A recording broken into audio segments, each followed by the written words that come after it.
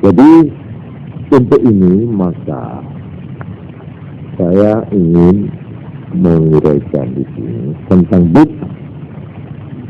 Bid'ah itu ini juga adat termasuk di sini.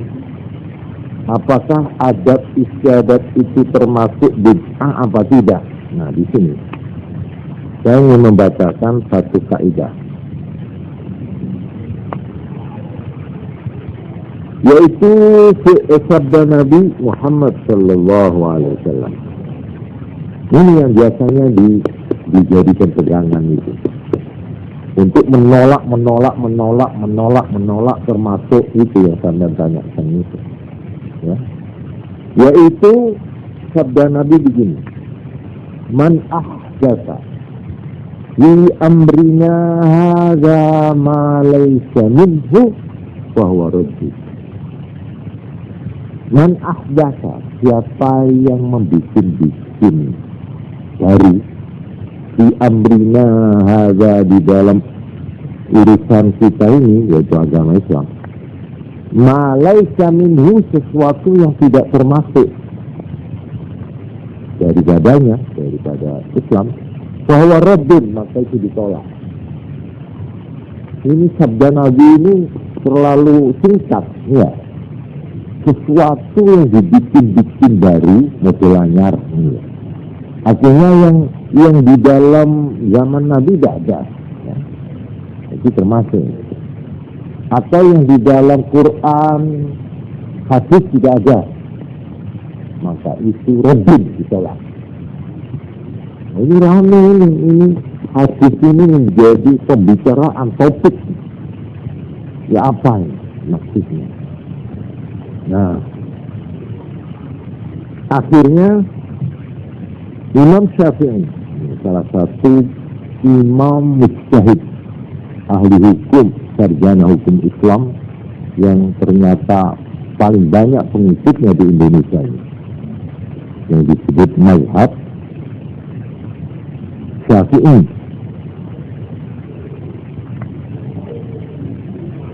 Ini beliau mengatakan begini,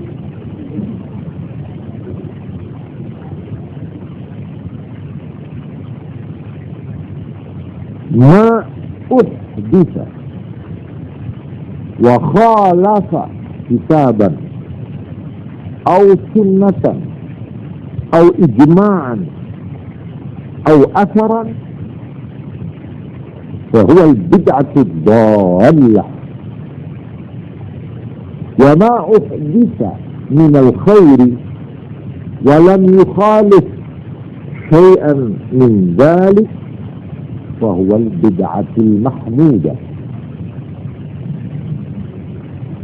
Imam Syafi'i mengatakan sesuatu yang dibikin baru, model anyar, dan menyalahi kitab, menyalahi Quran, atau menyalahi hadis, sunnah, atau menyalahi ijma', kesepakatan para ulama mujtahidin, atau menyalahi asar itu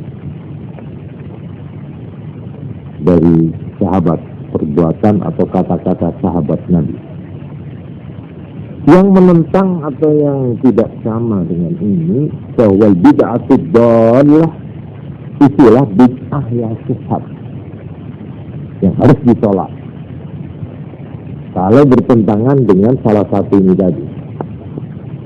Tetapi apa yang dibikin baru, yang berupa kebaikan dan tidak menyalahi salah satu tadi ini, 4, bahwa bid'atul mahmudah, itu bid'ah juga namanya, tapi baik, terpuji. Seorang imam, ya, yang namanya Abu Muhammad Ibnu Abdissalam, beliau mengatakan, innal bid'ah ala khamsati asar. Bid'ah itu ada 5. Ini sudah lebih konkret lagi. Barang yang di zaman Nabi tidak ada, ya, dari timbul akhir-akhir itu dibagi 5. Satu wajib, hukumnya wajib. Kok malah wajib? Nah, ini sakit nih. Ini satu kejutan ini. Ya. Wajib, kok wajib? Terus wa muharrama, haram. 3, makruha, makruh. Mustahabbah, sunnah. Terakhir 5, mubahah. Mubah itu ya tidak makruh, tidak sunat, tidak wajib, tidak haram, netral. Lalu contohnya yang wajib apa? Yang di zaman Nabi tidak ada. Di antara contohnya digambarkan, yaitu menulis Quran, membukukan Quran, menulis Quran, mencetak Quran. Itu enak zaman Nabi, enak. Tapi itu wajib itu. Wajib. Juga kitab syariat, artinya hukum-hukum Islam wajib dibukukan itu. Itu bid'ah tapi wajib. Sebab ini kalau tidak dilakukan, Quran bisa lenyap. Bisa lenyap. Kalau tidak ada kitab yang berupa kitab dicetak-cetak sekarang. Itu bid'ah itu ya. Di zaman Nabi tidak ada, apalagi percetakan di zaman Nabi tidak ada. Kertas saja tidak ada waktu itu. Apa yang harus ditolak? Malah tidak, menurut imam tadi wajib. Sebab dasarnya tablet menyampaikan ajaran agama itu hukumnya wajib. Jadi kalau sampai orang meninggalkan tablet, dosa. Padahal untuk itu, kalau Quran dan hadis ya tidak dibukukan, dicatat, ya tidak hukum-hukum yang lain ini bisa terancam hilang. Ini contoh yang wajib. Contoh yang haram, bid'ah yang haram, yaitu dicontohkan di sini tarian pajak yang tidak mempunyai dasar hukum. Nah ini termasuk haram, bid'ah yang haram.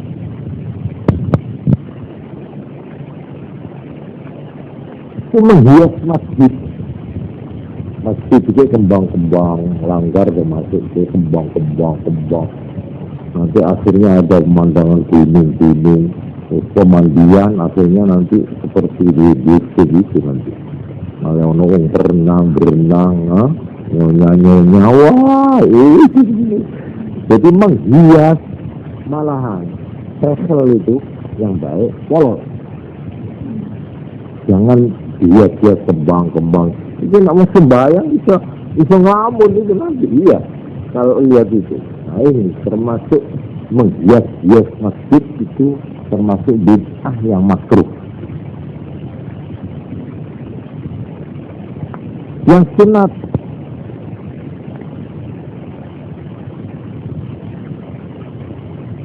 bikin madrasah. Apa ada zaman Nabi bikin madrasah? Bikin pondok ada. Cuma yatim piatu ada. Bid'ah itu. Oh iya, tapi sunat itu. Masa mau ditolak karena di zaman Nabi tidak ada? Iya, tapi kan ada itu. Wala yakhuddu ala ta'amil apa? Itu apa? Miskin, enggak itu. Wa ammal yatima wala taghar, jangan disentak. Lalu masa ada yayasan yatim? Masa ada yayasan yatim? Ayo, mau ditolak? Nah, ini namanya bid'ah. Karena di zaman Nabi tidak ada. Ya, di Quran juga tidak ada. Bikin pondok tidak ada. Tidak ada. Tapi ini sunat. Sunat. Karena melaksanakan salah satu anjuran agama. Jadi semua kebaikan malah di kitab ini yang paling banyak dibaca di pondok-pondok. Mulutan, bid'ah. Mulutan itu bid'ah. Tapi bid'ah yang hasanah, baik. Di mana diceritakan sejarah Nabi, di mana diadakan namanya ngetung sedekah, ngetung pakaian, anak yatim, bagus. Sebab kalau kita itu katanya, kalau pintu ini ditutup, berarti umat Islam ini harus patuh. Tidak ada akulturasi. Padahal waja'alnakum qabailah itu. Syu'uban wa qabailah apa? Lita'arafu, supaya kamu saling kenal mengenal. Ini namanya akulturasi.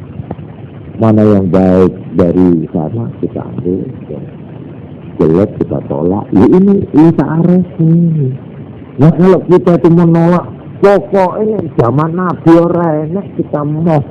Ya sudah tutupin jendela itu. Pintu juga harus tutup, berarti umat Islam akan terasing dalam peredaran kemajuan zaman. Dan saya kira tidak ada orang berpikir begitu, tidak ada. Saya kira tidak ada. Jadi bid'ah itu nanti dulu. Bid'ah dan bid'ah ada dua. Lah gitu loh. Adat istiadat itu pun ada dua. Ada yang bertentangan dengan Quran. Nah ini. Atau bertentangan dengan hadis, sunnah. Atau bertentangan dengan ijma, atau bertentangan dengan qiyas, analogi, atau bertentangan dengan asar zaman sahabat.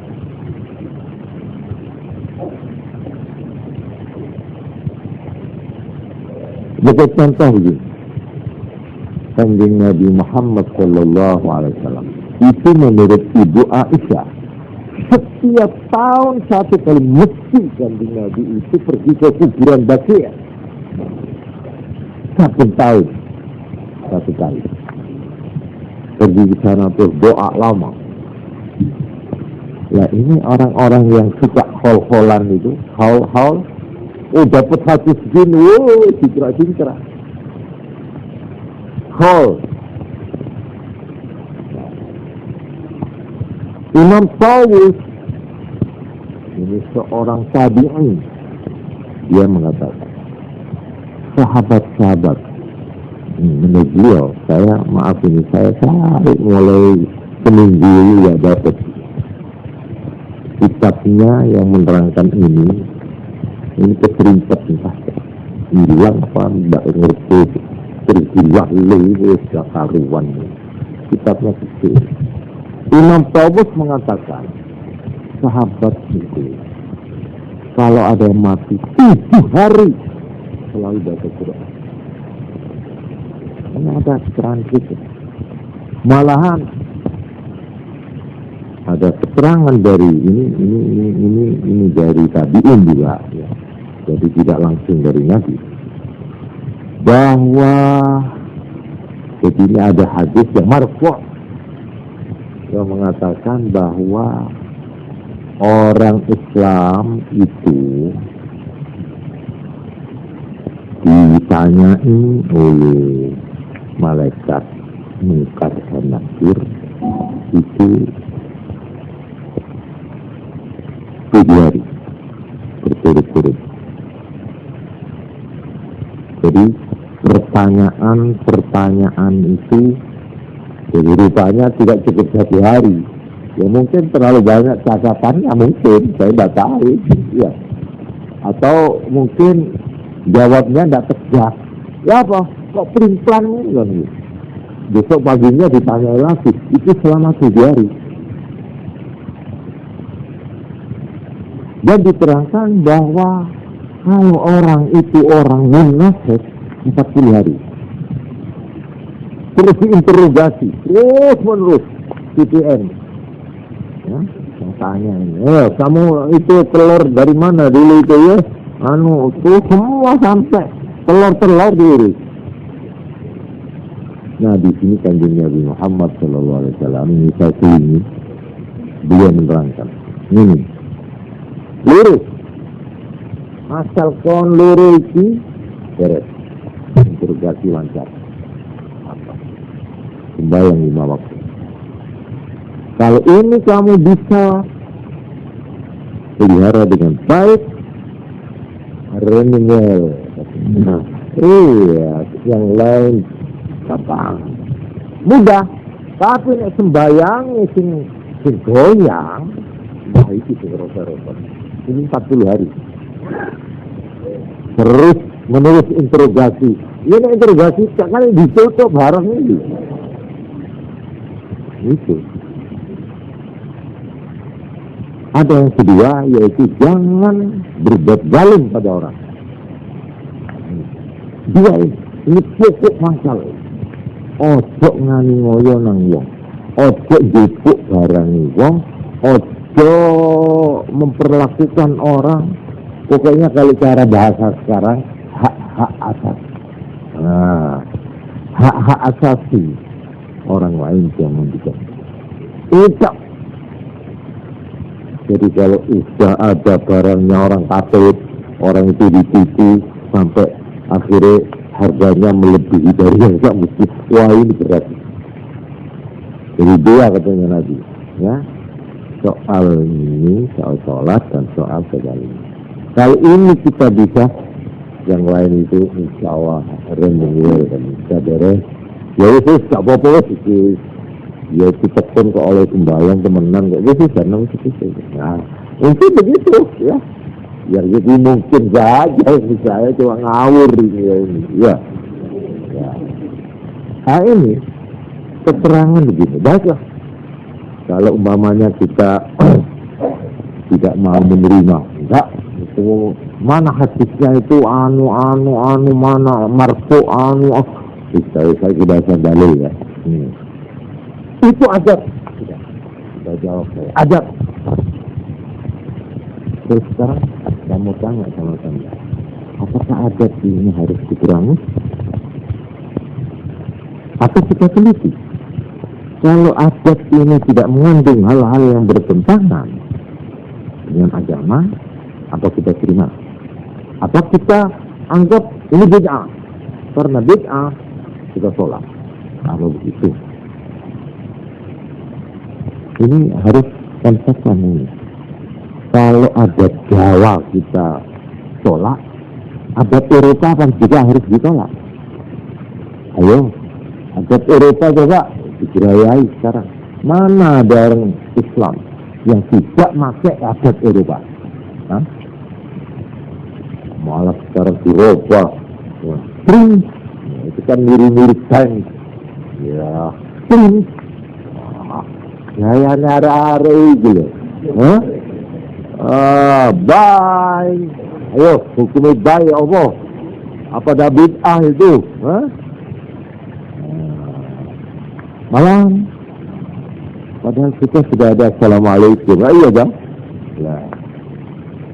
Ini kalau kita menolak, jangan menolak satu, semua aja tolak. Berarti kita punya prinsip Islam mau ada siapapun yang tidak ada kezaliman. Harus begitu. Baik dari Jawa maupun dari Eropa, iya toh? Juga dari India. Padahal sini nyanyi India semua, dangding itu.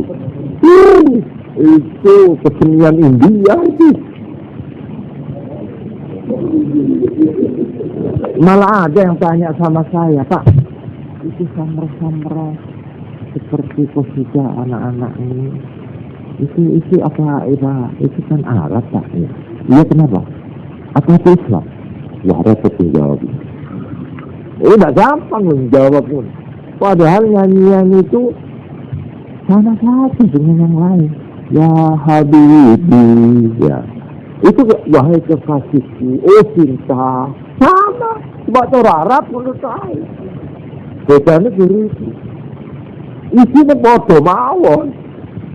Oh, apalagi yang ini Kusum, Abdul Wahab, Muhammad Abdul Wahab. Oh, kadang-kadang porno. Sekarang apanya bedanya sekarang? Antara gamus dan orkes Melayu dan ini apa namanya? Orkes Barat itu apa namanya? Band. Ayo, apa bedanya? Ketukung podono, ayo. Gitar podo, ayo. Penyanyi podo. Modele nyanyi ini iya podo. Niat ini podo, ayo. Saiki ya sing samra ya saiki menari-nari kok.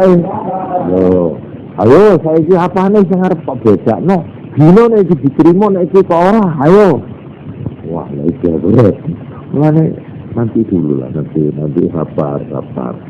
Marilah kita itu bicara dari prinsip itu. Kita itu menolak atau menerima.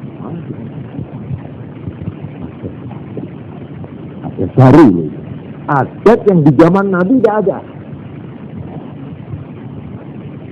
Nah, disinilah maka saya kalau menjawab pertanyaan ini, kok jajak selamatan kumpul-kumpul nyelameti, apakah ini ada dalilnya apa tidak?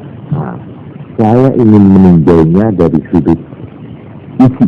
Begini, saya kira saudara-saudara pernah mendengar cerita bagaimana Wali Songo itu berhasil menyebarkan Islam di tanah Jawa. Yang tanah Jawa ini 1000 tahun mengikuti agama Hindu. Sudah 1000 tahun. Jadi ajaran-ajaran Hindu dan Buddha itu sudah berakar, sudah mendarah, mendaging. Bukan iso diterobos Islam ini. Islam barang baru datang, padahal sini sudah merupakan benteng yang kokoh. Kok bisa Islam ini masuknya aja sudah imun kita ini. Melihat kukuhnya benteng kebudayaannya secara kultural, secara kebudayaan, secara peradaban ini sudah cap Hindu, Buddha dan animis. Waktu Islam itu melebih. Itu sisi. Lu yang aneh lagi, Islam yang masuk itu berkembangnya begitu pesat. Sok Islam itu. Ini kan tak ilah. Boy, kok sungguh mandi meni, apa disedih ini kah? Apa ini sihir ini? Malahan sekarang yang lebih mengherankan lagi, Islam sekarang merupakan mayoritas. Loh, salah dalam waktu yang pendek. Islam di sini ini berapa lamanya sih? Belum 1000 tahun. Padahal di sini sebelum Islam sudah 1000 tahun Hindu. Nah, kok Islam dari mana? Nah, antara lain saya kira sampai sudah pernah dengar. Oleh karena Wali Songo di dalam mengadakan approach pendekatan itu mentolerir kebudayaan Jawa. Dia ikut nabuk leneng, nong, gitu. Malah ada yang bilang malah mengarang. Seperti Sunan Bonang itu pengarang lagu gamelan. Terus juga Sunan Kalijogo, iya dong. Terkenal itu. Ini saya nggak dongeng itu nanti menggok ini nanti terkenal. Malah dongeng wayang nanti saya. Tapi yang pokoknya Wali Songo itu pandai membaca pesisinya masyarakat. Jadi ini. Tak Sugi Martabak terang menolak. Tapi tak cek apa itu guli apa oke, wah kayak mana itu, juga. Jadi wali songo itu berarti antara lain oleh karena caranya mengupgrade itu begitu super, begitu bijaksana, hingga umpamanya ada sesajen, itu sudah lama itu sesajen di sawah, di sesajen ini gerombol-gerombol kumpul, katanya nyelameti ngalih omah atau sawah, tandur, apa itu banyak lah itu. Ini dibiarkan aja. Setelah mereka ini sudah bisa masjid syahadat, ya toh, lama terus diisi ila hadratin Nabi Muhammadin sallallahu alaihi wasallam al-Fatihah. Kumpul cara Jawa, pancen adat itu. Apalagi itu berkat. Coba tanya hadisnya ada enggak berkat? Di Janur Kuning ada enggak? Ada, Pak. Mana di tanah Arab ada janur? Ada di sana. Korma ada. Kalau Janur Kuning, oh Jawa. Ya. Ini berkatan tuh, bintul itu ya. Apa ini kita tolak karena tidak ada Quran dan hadisnya? Apa karena di zaman Nabi tidak ada? Jangankan zaman sekarang di Saudi Arabia ada ini. Di tanah Arab enggak ada, Janur Kuning tidak ada. Nah, lalu pendapat yang merevisi pendapat yang tadi itu yang aku ini tak. Saya bisa menerima keterangan Bapak, cuma begini. Yang kami maksudkan itu, yang kita tolak itu, yaitu yang menyangkut ibadah. Itu. Kalau mengenai urusan dunia, bebas. Nah, ini ada revisi atau apa revisi itu? Perbaikan dari pendapat tadi itu. Sebab tadi sesuatu yang tidak terdapat di zaman Nabi atau tidak ada dalil itu bid'ah. Kalau bid'ah itu dolalah, dan kalau dolalah benar. Itu banyak itu diucapkan. Dalilnya tadi itu yang saya baca sabda Nabi. Nah, ini sudah direvisi. Yang kita maksud yaitu di dalam soal ibadah. Tapi kalau di dalam soal urusan duniawi, bank, namanya sirkulasi dagang, transaksi dagang bagaimana, apakah ini, itu ahlinya. Antum a'lamu bi umuri dunyakum, ini yang dijadikan dalil. Kamu lebih ngerti urusan dunia. Jadi ini sudah ada revisi, ini sudah. Perkara ibadat itu strict, harus persis 100%. Kalau yang mengenai dunia, ini